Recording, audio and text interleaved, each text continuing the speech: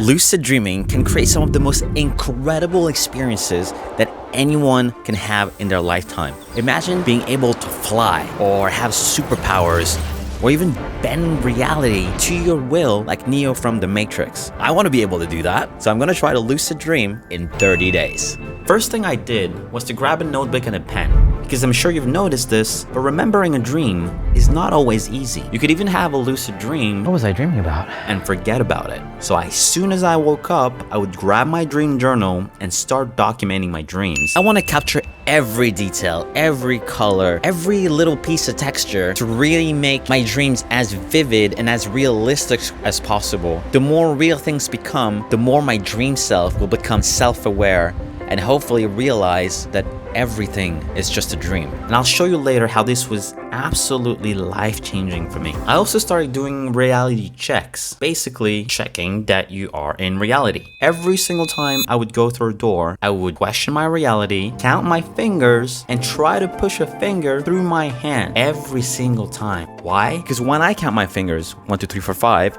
super normal. But when you do it, things get pretty trippy, man. I can see 6, 7, sometimes even 8 fingers. And as a matter of dream fact, I can even have one of my fingers go through my palm if I wanted to. That's kind of sus. Well, you know, in dreams, you can do pretty much anything you want. So what I'm hoping is if I do enough reality checks in real life, that you're gonna pick up on the habit when you cross a door in a dream. So your plan is for me to go through a door, see something trippy, which would tell us that we're in a dream. That's the plan. Most of the dreams in my first week were pretty uneventful, but I had one pretty extraordinary dream.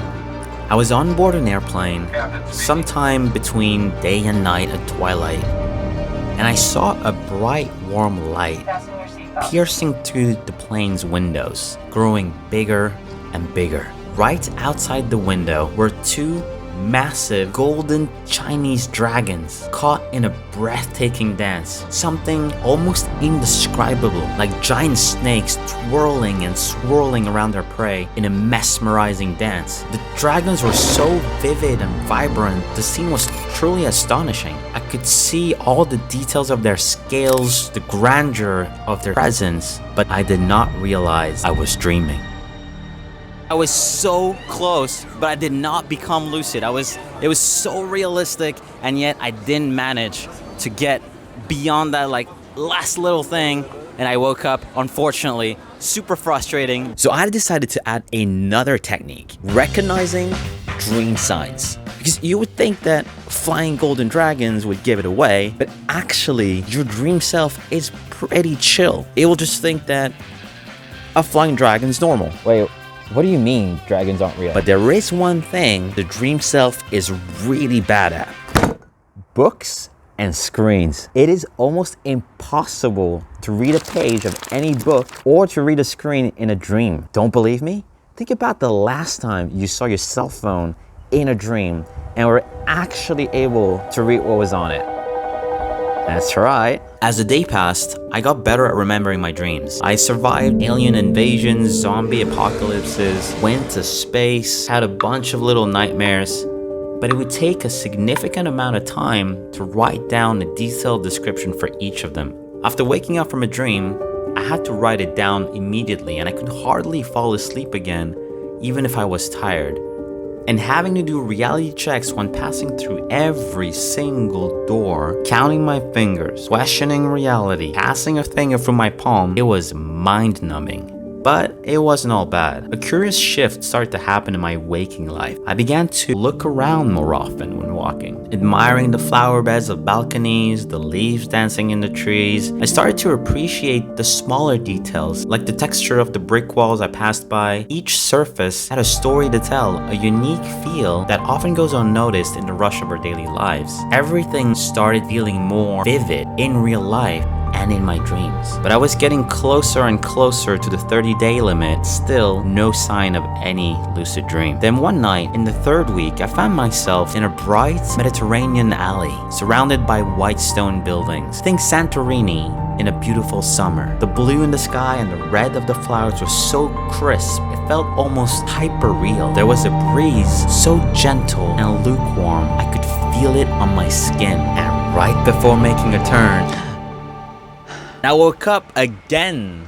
I was so into the dream. Everything was so crisp again, so detailed, so vivid, but my mind didn't realize that I was in a dream. The next nights were pretty much the same. I didn't have any extraordinary dream or anything like that. They were pretty normal. Definitely, I did not become lucid in those. So when I woke up on day 31, after the last night of the challenge, I didn't write in my dream journal right away because I didn't wake up from a lucid dream. Instead, I woke out the door, and as I crossed through it, I didn't do any reality checks. And it felt odd at first because after building up this habit for like 30 days, it was actually liberating not to do them again. Instead, I walked out into the garden, and as I was looking all around me, it felt so much more vivid. I could see things in a crisper way. The colors were more intense. I could feel the wind on my skin. Everything felt just more real, more beautiful. It was like I was finding beauty all around me. I realized something profound during that challenge. Sometimes the goal that you set for yourself at the beginning isn't the one that you actually accomplish in the end. I didn't battle dragons, I didn't fly in the sky, I don't even know how to lucid dream on command, but I acquired a skill that I believe is so much more precious. Being truly present in the moment, fully aware of my senses. That is when you can truly turn reality into whatever you want it to be. Oh, and one more thing. I'm having trouble reading this book a little bit. What do you mean? Well, the page is getting a little bit blurry. Wait a second, now it's becoming even blank. That's so strange. Yeah, that's really weird. Wait a second. Wait, I know what that means. I'm in a dream.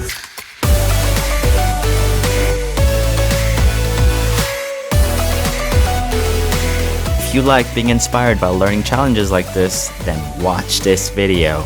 Something tells me you're going to like it.